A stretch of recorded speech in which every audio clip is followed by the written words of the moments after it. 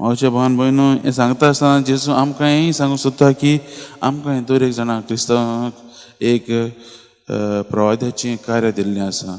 आमकां आमच्या जिवितांत प्रवादी जावंक आपयल्ले आसात.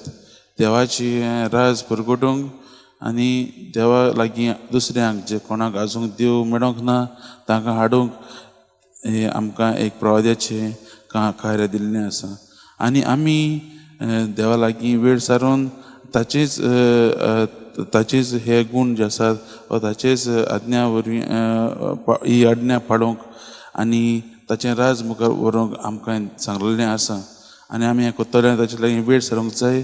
आनी पवित्र आत्म्याचीं फळां जीं आमकां दिता तीं आमी आपणावन दुसऱ्यांक दिवंक गरजेचें आनी दुसऱ्यांकूय देवा लागीं हाडूंक गरजेचें. तर हे वाचपाचेर नियाळ करता आसतना आमी देवा लागीं हीच कृपा आनी बळ मागुया की आमी ताका आमच्या जिवितांत आपणावून बरीं फळां उत्पन्न करूंक बरे प्रवादी जावंक देवा लागीं मागुया.